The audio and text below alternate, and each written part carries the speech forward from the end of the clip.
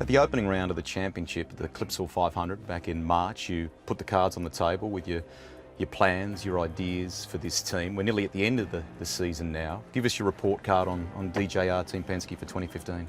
From a report card perspective, I'd say that probably a C at this point, from the standpoint, maybe if you looked at the last few races, looked at Bathurst, you might give us a C+, but we got a long way to go to be at the top, and I know that.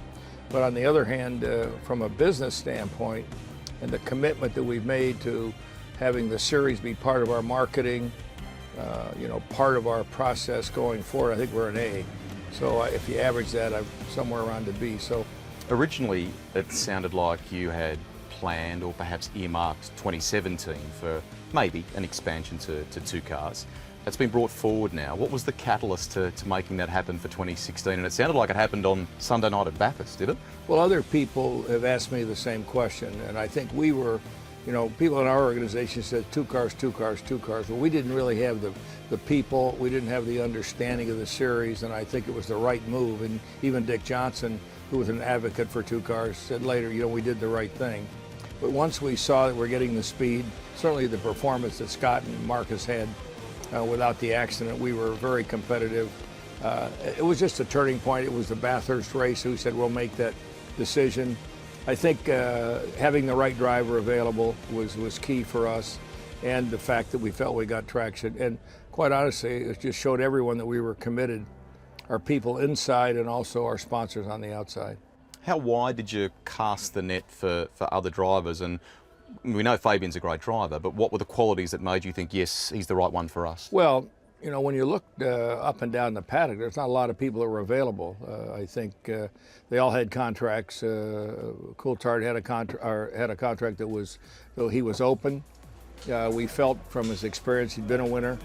I had a chance to meet with him, and he seemed to be the type of person that we could use from the standpoint of a commercial, standpoint of our business side. His relationship technically with the team showed speed. In fact, the first race I saw him, was when he won in Adelaide. So it was not a big, long process. It was availability, the type of person we wanted, someone that wanted to come with us. Because, basically, you're stepping into a situation somewhat unknown, but also one that I hope people realize that we're going to be here. We want to be challenging the best, and that's why we're here. And I think, for me to say this, I think the teams that are running at the top do a great job. The sport is well managed, by Warburton and his team. There's no question we can compete here.